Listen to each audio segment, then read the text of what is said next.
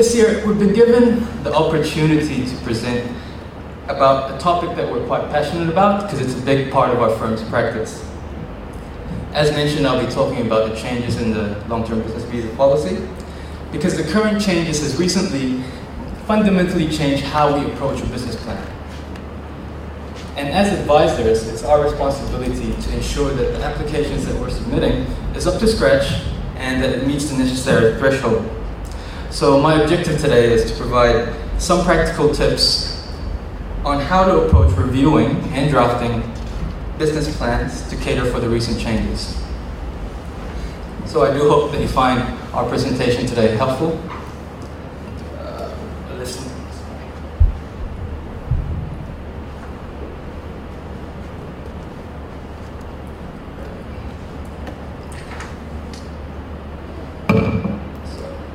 So as mentioned, I'll be talking about three main topics, which is the specific business plan, and I will be basically talking about what you need to provide in terms of complying with a specific term. And the second topic is about the capital, new definition of working capital, and how that affects drafting a new business plan. And finally, I will be talking about the benefit to New Zealand and what's the best way to approach that when looking at a business plan.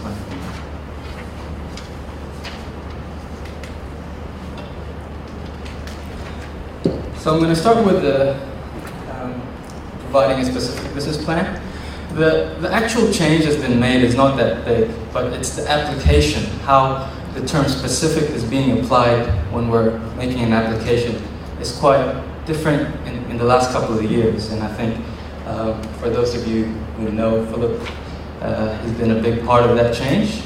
And if you've had a dealing with him, I'm sure you would have enjoyed it as well. So for me, even though it's a minor change, the actual application is quite different from the last couple of years.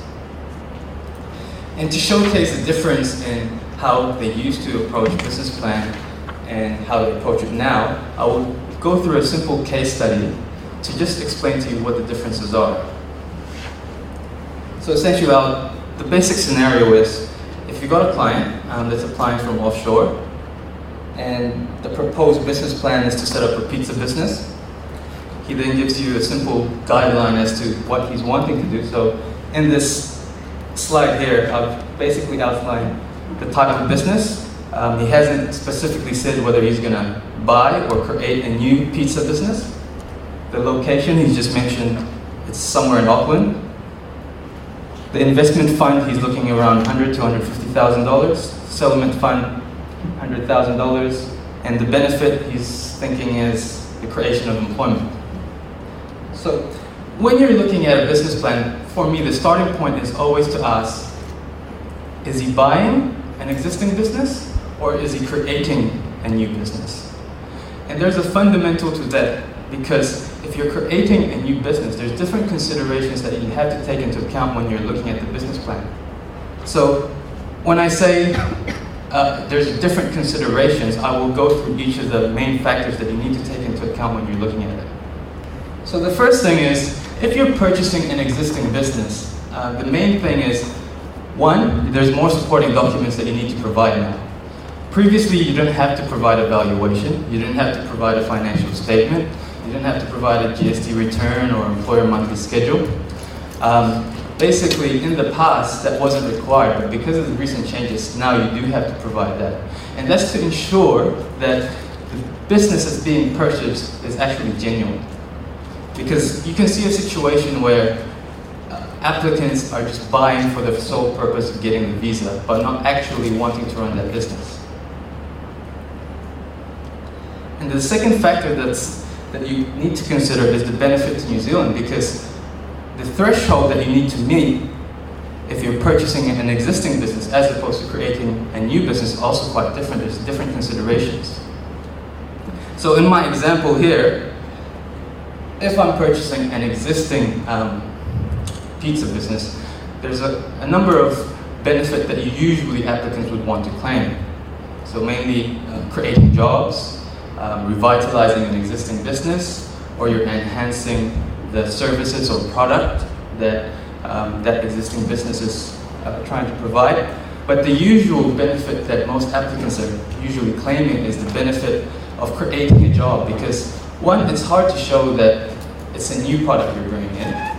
Second, it's also hard to show that you're going to be able to revitalize it, because you can only prove that at a later period anyway.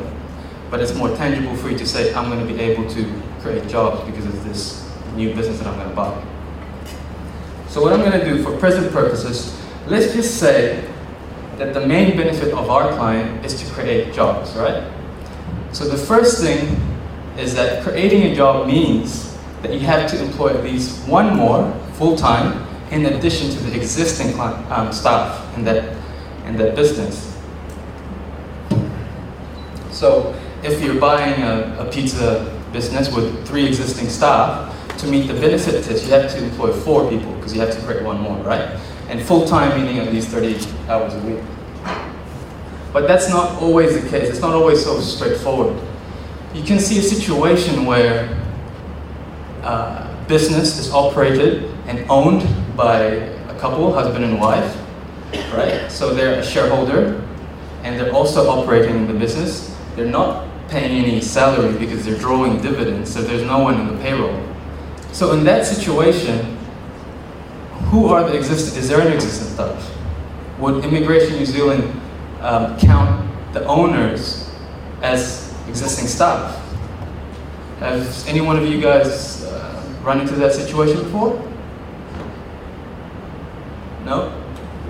Yeah. And what did you find? What did immigration say? Well, like usually expected, but like that, yeah. That's right. So I had the same situation, I think last year, and basically I was discussing this at length with Philip, and he said that they do now basically count the existing owners as staff. And initially I thought, oh, that doesn't make sense, right? Because if they're an owner, they can't be considered staff. But I actually looked at the definition of what constitutes as employment under the instruction, and it does include the fact that if you are in the immigration instructions, it also says that employee, the definition, it also includes self-employed. So Philip was right. But I don't know whether I actually knew that at the time.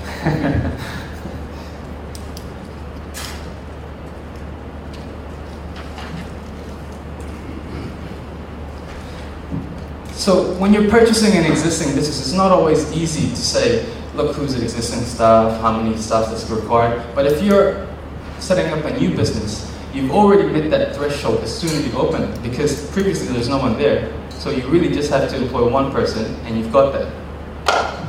So I guess it's easier in a sense to meet the benefit test if you're creating a new business. And the second factor that I want to talk about is a capital requirement.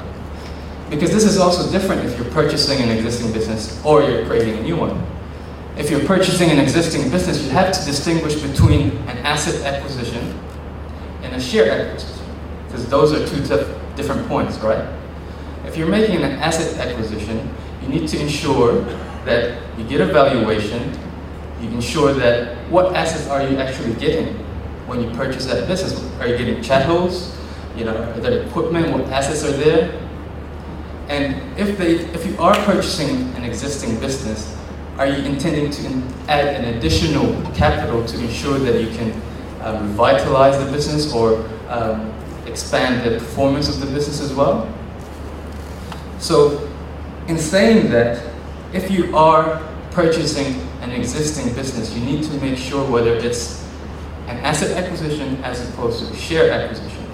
Because if it's a share acquisition, there's a little bit of complication as well, because if you're going to buy, let's say, 25% shares in a business, well, that 25% share at $100,000, the valuation of the business is $400,000, right? So that $100,000 that you're using to buy that 25% share, that's going to go to the vendor's pocket. It doesn't necessarily mean it's going to be reinvested in the business to expand or to purchase, assets to make the production capacity bigger. It doesn't necessarily mean that. It means essentially the vendor has the sole right and discretion to keep that money for himself and put it in his personal bank account. So when Immigration New Zealand is looking at your business plan and you haven't extrapolated the details of where that $100,000 is actually going, as if it's actually just going to the vendor, then how are you going to show the benefit? So it might be the case, there's two situations. I'm buying $100,000 and 25% share, and my main contribution in the business is my skill set. Maybe our client has a special ingredient that's not available in New Zealand, or there's this particular way that he's making a pizza that's not available in New Zealand. If that's not the case, is he going to bring additional capital in addition to the purchase price for the share to increase the production capacity, right? Because otherwise, if you're just purchasing the share without any contribution, or if the money's not going back to the business, there's no actual benefit at all. So those are some of the things that are quite different when you're looking at it from purchasing and creating a new business. Because it's a lot simpler if it's creating a new business, because that $100,000, you basically just need to outline what the asset is, where that's going to go. So is it going to go to the lease? Is it going to go to the fit out? Is it going to go to the equipment for the store?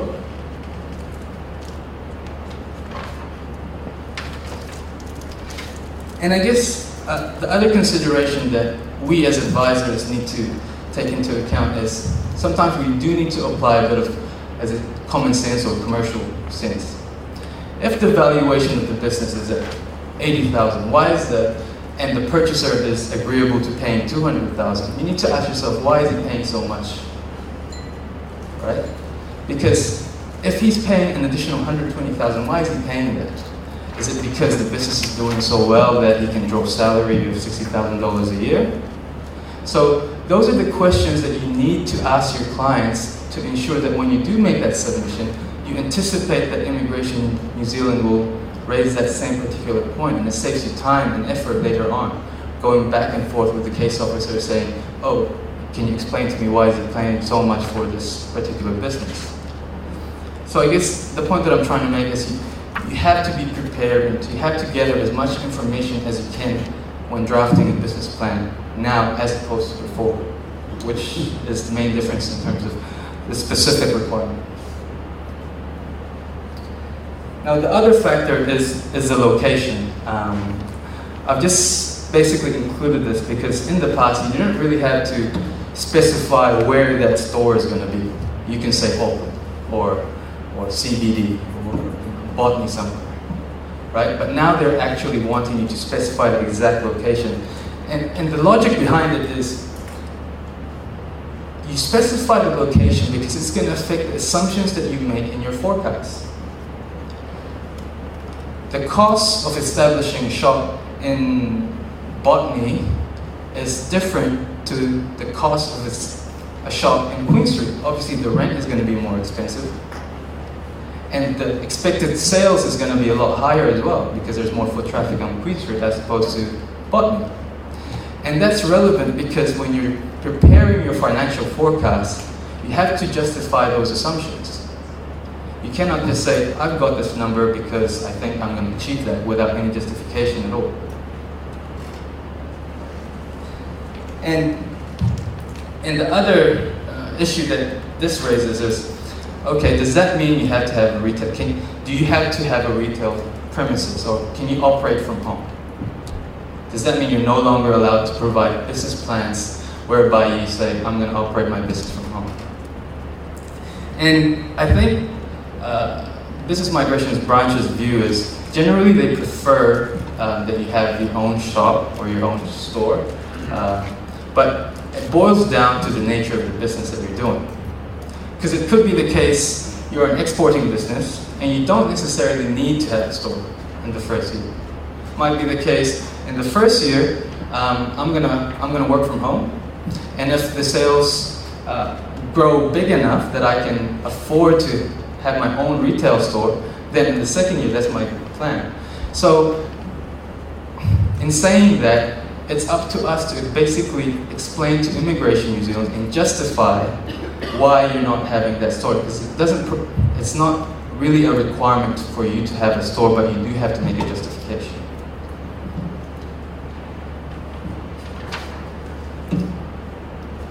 I guess the moral of the story is to try and provide as much information in the business plan because you have nothing to lose by being over-prepared.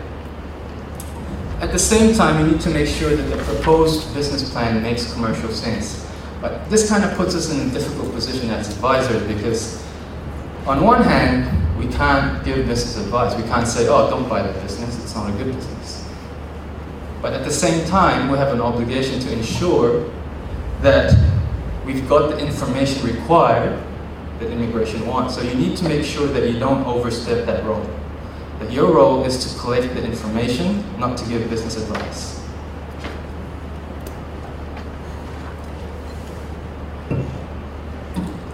So in terms of the practical implications on what's changed, I think now it's going to be evident that you can't apply from offshore and lodge a long-term business visa without setting foot in New Zealand.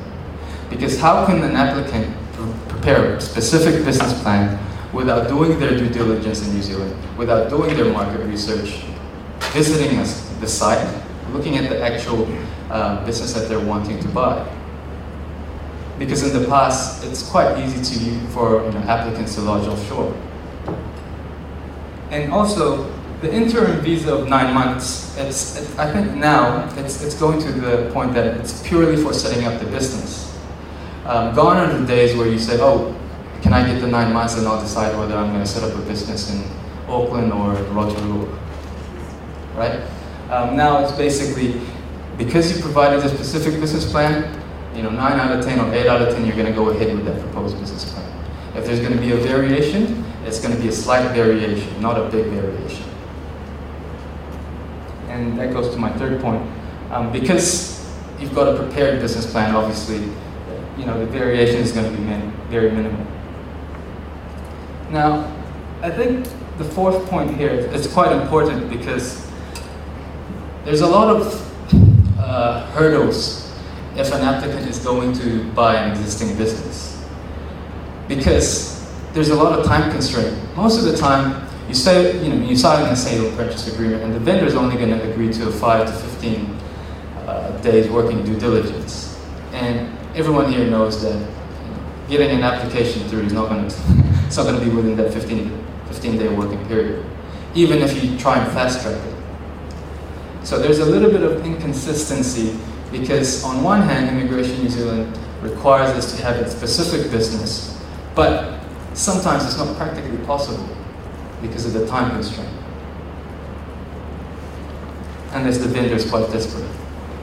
And as mentioned by Marcus, pro forma business plans will no longer apply. You need to make sure your clients are actually involved with the whole preparation of the business plan and they know what's going on there.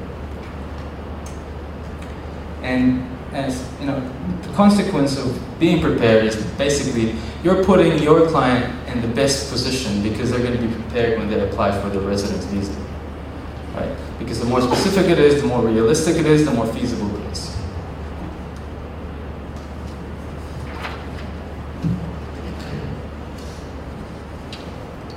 Going to my second topic, which is capital. There's a new definition now of working capital, and what they've done is working capital cannot be considered as an investment, as part of the investment capital that's used, right? And the working capital definition there is, it says, working capital is capital that is tied to assets used on an used in the ongoing maintenance or day-to-day running of a business. So this is actually, this definition only applies under the entrepreneur and entrepreneur plus category, but it's relevant when preparing the business plan because you need to distinguish what you can contribute or what constitutes a working capital as part of the investment. So I'm going to give an example to showcase that. So let's go back to the pizza example. If he suddenly says, okay, I want to buy a franchise. I want to buy a franchise pizza business. And I'm going to put in $500,000. It's $400,000 to buy the franchise. And I'm going to put $100,000 as working capital. And in that $100,000, $30,000 will be for stock. want to make sure I'm heading this correctly. 20,000 is for the deposit on the lease, and 50,000 is for the franchise fee. Okay? Now, in the past, prior to this definition, it would have been easy. This would have easily met the working capital. There would have been any issue. Our client would have been able to apply under the Entrepreneur Plus, because they would have said, oh, that $100,000, that can be part of your investment capital in the business. That's fine. But with this new definition, our client is arguably not going to be able to meet that 500,000 threshold because working capital is no longer required, right? So our client is going to be $100,000 short. So I've had a chat about this particular point with Immigration New Zealand. That kind of doesn't make sense. It's a little bit unfair as well, especially in the commercial context, because these are active investment. It's not like it's a passive. It's not like it's in a term deposit or anything. It's not for personal use. It's actually going to the business. Why can't that be part of the investment capital? They have basically made an exception in terms of stock. They will be agreeable to considering, in this case, the $30,000 of stock to be part of the investment capital. However, there are requirements that you have to meet.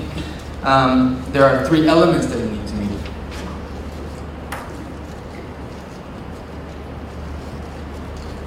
So, the 3 elements are: the stock has to be there for the long-term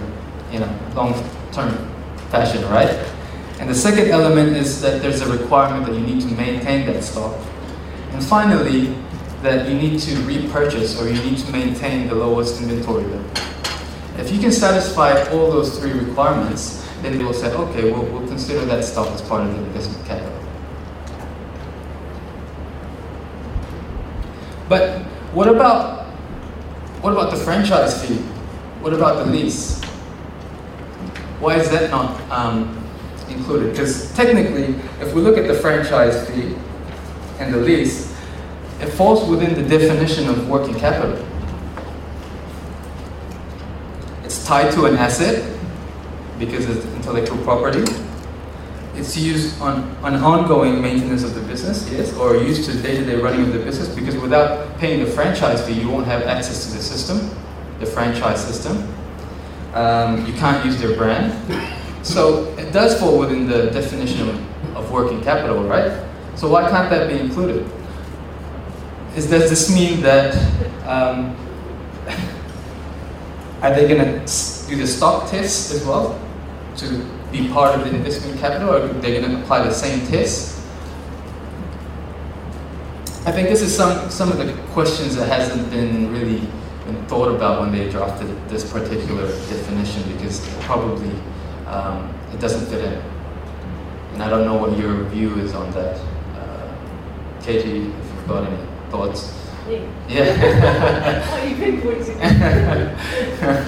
think we had a question about this a couple of months ago. It's a hot area, isn't it? Yeah. So it's a topic that's quite contentious. I mean, the only possible solution that I can think of is if Immigration New Zealand or the Business Migration Branch says that, oh look, franchise fee and the deposit for the lease, it falls outside the definition of working capital, and because you're not using it as in a speculative nature and it's not for personal use, we'll count it as investment capital. That's the only solution that I can possibly think of. Otherwise, they set up a different test similar to a stock test that they're applying at the moment.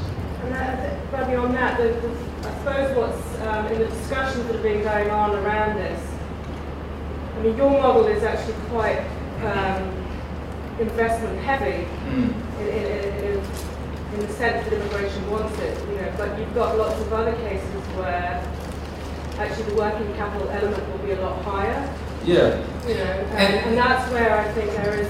And that's right. Because as long as on one view, if the investment is a genuine investment into a business that's creating a benefit, what's wrong with that? That's right. And the proof is in the pudding, because how many Entrepreneur Plus applications? There's so many. I think less than 10. Definitely less than 10. And going on your point is, it doesn't cater for other businesses. Let's say, for example, exporting business, right? Most of the time, it's per order. They're not going to have a maintained stock, because unless they've got sufficient funds to do that, and most of the time they're not. So I guess there's a lot of issues that's likely to arise in the future in terms of this particular definition, but it's just a matter of testing it later on in terms of its robustness.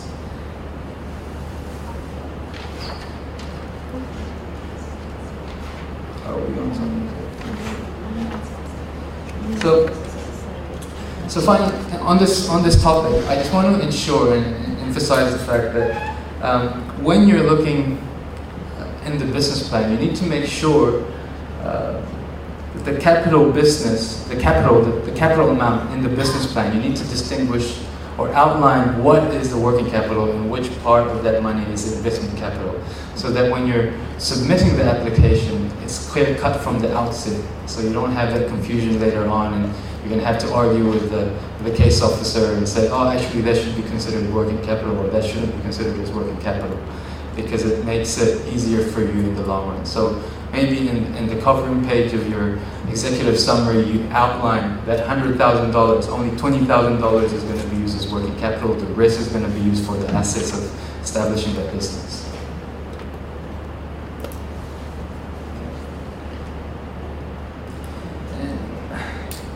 And most of the time we get asked a lot of questions at the moment anyway. I think the change is going to resolve that next year, but as mentioned by Marcus as well, the policy is silent on how much capital is required to set up that business. So most clients will come to you and say, hey, how much do I need to put in to qualify under this long-term business visa policy? And the answer is, it really depends on your business plan whether it can meet the requirements. You can have a $30,000 business that's very, very feasible to satisfy that business requirement, and you can have a $500,000 business but it doesn't meet the benefit test. It really just depends, right? But I think this graph here that we got from the business migration, it kind of gives you, I guess, an average on what should be within the ballpark figure of when you're applying for a long-term business visa, which is around 250. Yeah, around about $200,000 to $150,000. That's kind of like the average. So that's usually a good starting point. Anything lower than that, you do have to kind of scrutinize the business plan in a lot more detail and ensure that it is compliant with the benefit.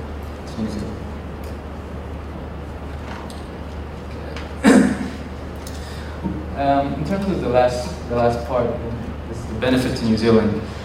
I think the most controversial change is the term significant, right? The term significant isn't defined. What does it mean? Is this going to lead to inconsistent decision making? Can that case officer decline an application if they don't think it's significant? Do they have that discretion? So it raises a lot of questions. But from our discussion with the business migration branch, the term significant has been included in that provision to basically change the mindset of applicants. Instead of trying to meet the bare minimum, what they want you to do is trying to maximize the benefit to New Zealand. So instead of just trying to create a job, in our situation, the pizza example, maybe he can create a job, he can enhance, the services that's being provided. He can also, revitalize an existing business if he's purchasing an existing business. So they're looking at it in a holistic kind of approach to it. And also, if you look at this particular provision, it says a business is considered to add significant benefit to New Zealand if it can demonstrate that it has promoted New Zealand's economic growth by, for example. So the examples there, the 5 factors, our interpretation of that is that the 5 factors there are the primary benefits to New Zealand, which will attach a lot of weighting when a case officer is looking into your business plan. But that doesn't mean the ancillary benefit is not recognizable by Immigration New Zealand. So in taking into account the significant requirement, we should look at it in a holistic approach by considering what are the primary benefits and also what are the ancillary benefits. Okay. What I mean by ancillary benefit are benefits that's not included there, but Immigration in New Zealand should consider as a benefit. So for example, if your proposed business is a property development company, right? The primary benefit is to create, jobs because of the construction contractors that you're going to employ or the project managers. But the ancillary benefit is you're meeting the shortage of houses in New Zealand, which is also an important factor. So as advisors, you also need to outline what the primary benefits are. And don't just focus on one particular benefit, but actually try to maximize it as much as possible, looking at it in a big picture.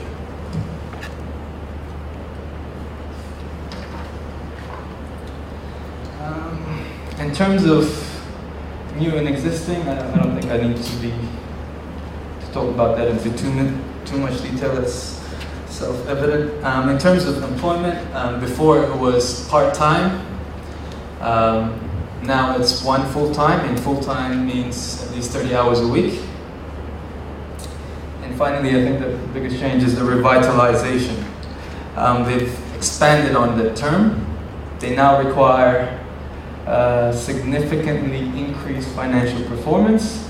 Again, that term significantly is there, which creates another level of uncertainty, but for me, I'm assuming it's the same intent as what I said before. They want you to maximize it as opposed to just going for the marginal benefit, yeah? Because in the past, there's a lot of confusion because it wasn't clear. People would say, okay, if I put in money, is that enough?